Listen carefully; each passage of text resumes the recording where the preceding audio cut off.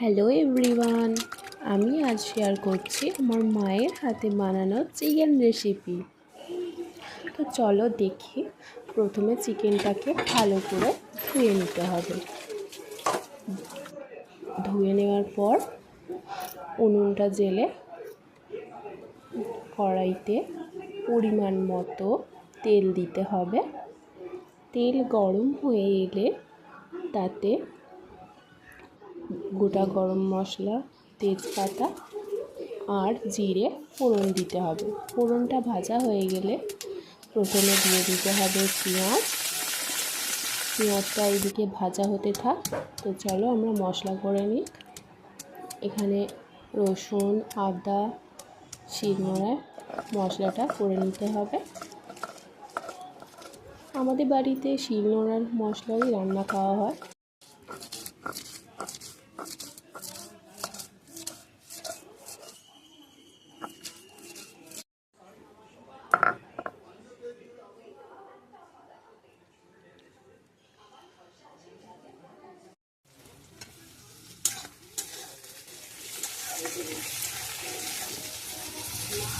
পেঁয়াজের সাথে টমেটোর ভাজা হয়ে গেলে তাতে রসুন বাটা দিতে হবে।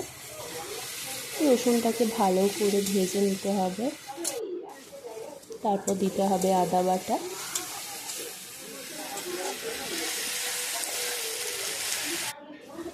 এরপর লঙ্কা গুঁড়া,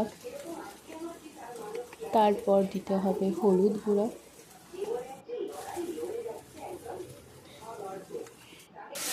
তারপর পরিমাণ মতো জল দিয়ে মশলাটাকে কষিয়ে নিতে হবে।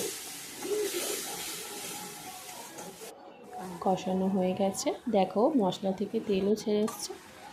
এরপর জল ঝরিয়ে রাখা চিকেনটা দিয়ে দেব, দিয়ে নাড়াচাড়া করতে হবে। এবার ঢাকা দিয়ে 5 মিনিট অন্তর অন্তর ঢাকনা খুলে খুলে সেই চিকেনটাকে নাড়তে হবে। চিকেনটা দেওয়ার পর